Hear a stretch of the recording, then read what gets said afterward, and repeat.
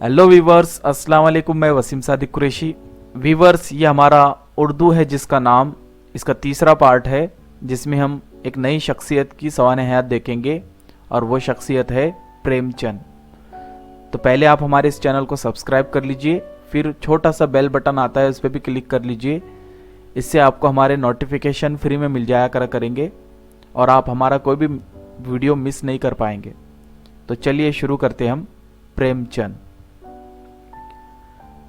प्रेमचंद कलमी नाम था, असल नाम धनपत राय था। इनकी पैदाइश 1880 में मढ़ोवा लम्ही में हुई। वैसे इनके गांव के नाम को लम्ही के नाम से जाना जाता है, जो बनारस के करीब है। प्रेमचंद का बचपन तकलीफ़ों और मुश्किलात से भरा हुआ था। चूँकि तालीम हासिल करने का उन्हें बेहद शौक़ था, इसलिए दिक्कतों और मुसीबतों के बावजूद उन्होंने कोशिश जारी रखी और आखिरकार मैट्रिक वैल्यूएशन का इम्तिहान पास कर लिया। तंगदस्ती और दूसरे हालात के सबब आगे तालीम हासिल करना इनके लिए नामुमकिन हो गया था, लेकिन वो हिम्मत हारने वालों में से नहीं थे।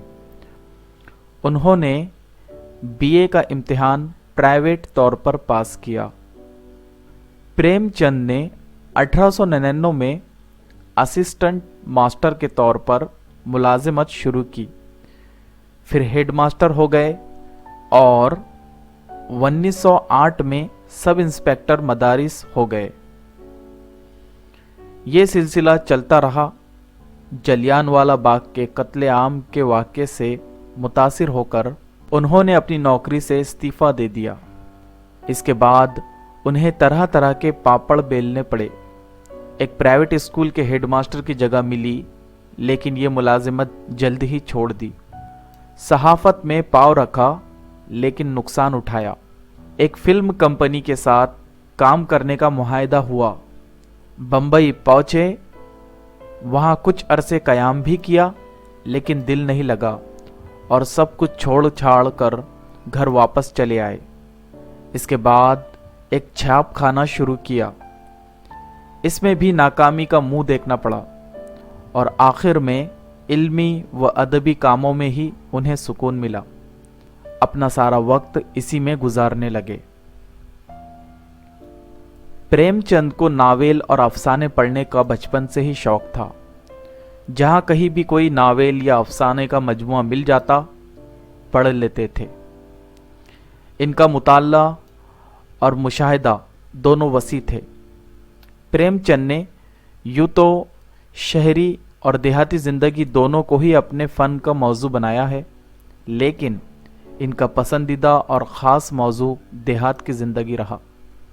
गांव की ज़िंदगी को उन्होंने बहुत ही करीब से देखा, समझा, परखा। गांव के लोगों की सादगी, खुलूस, इनकी दिलचस्पियाँ, उनके दुख दर्द, उनकी बेचारगी, तोहम परस्ती, जहालत, गुर्बत और फिर महाजनी तबके की लूट खसूट, इन सब का नक्शा जिस तरह उन्होंने अपने कलम के ज़रिए से कागज़ पर खींचा है, इसकी मिसाल नहीं मिलती। किरदार निगारी में प्रेमचंद को कमाल हासिल था। वो जो भी किरदार पेश करते थे, उसकी तस्वीर खूबहू खींच देते थे। वो इंसानी नफ्सियात के बहुत बड़े नब्ज़ शनास थे। उनके किरदार जाने पहचाने किरदार है, जो हर वक्त हमारी नज़रों के सामने चलते फिरते, गुफ्तगू करते, लड़ते झगड़ते दिखाई देते हैं। उनके किरदारों में अजनबीपन बिल्कुल नहीं है। प्रेमचंद की ज़बान बहुत सादा और सलीस और रवा है। उनके अफसानों और नावेलों की फहरिस्त बहुत तवील है। कहा जाता है कि अफसानों में कफन और नावेलों में गौदान इनकी बेहतरीन शाहकार है।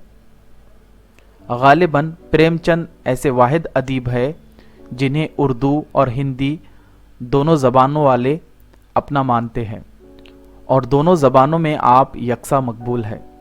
1936 में ये बेमिसाल कहानी कहने वाला कलम का सिपाही हमेशा की नींद सो गया। तो वीवर्स, ये थे प्रेमचंद। इनके यहाँ पर एक कफन और गौदान का जिक्र किया गया है। तो मैं आपको थोड़ा सरसरी इसमें बता देता हूँ कि कफन के अंदर इंसान की भूख, प्यास और उसकी लाचारी को बताया गया है।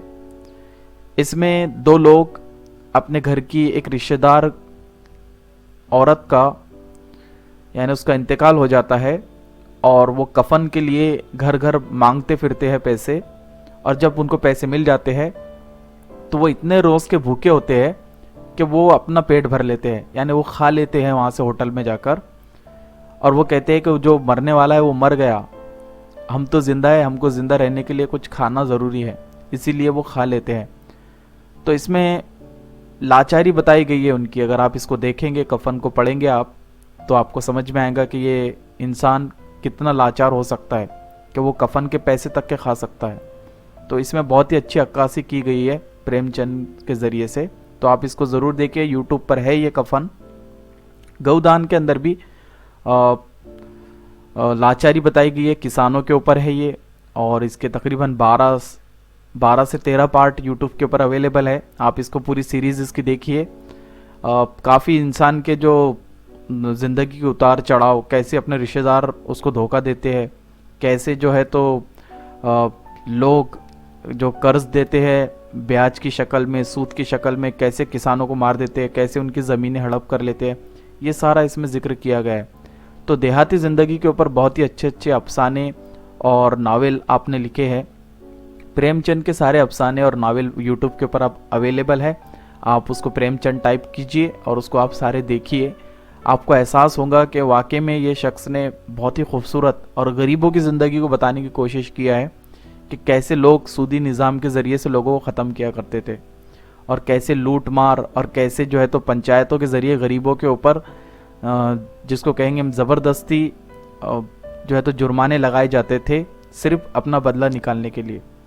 तो व्यूअर्स, मुझे उम्मीद है आपको ये वीडियो पसंद आया होगा। आप हमारे इस चैनल को सब्सक्राइब कीजिए, ज़्यादा से ज़्यादा लोगों में इसको शेयर कीजिए और हमें दुआ में याद रखिए। अस्सलाम वालेकुम।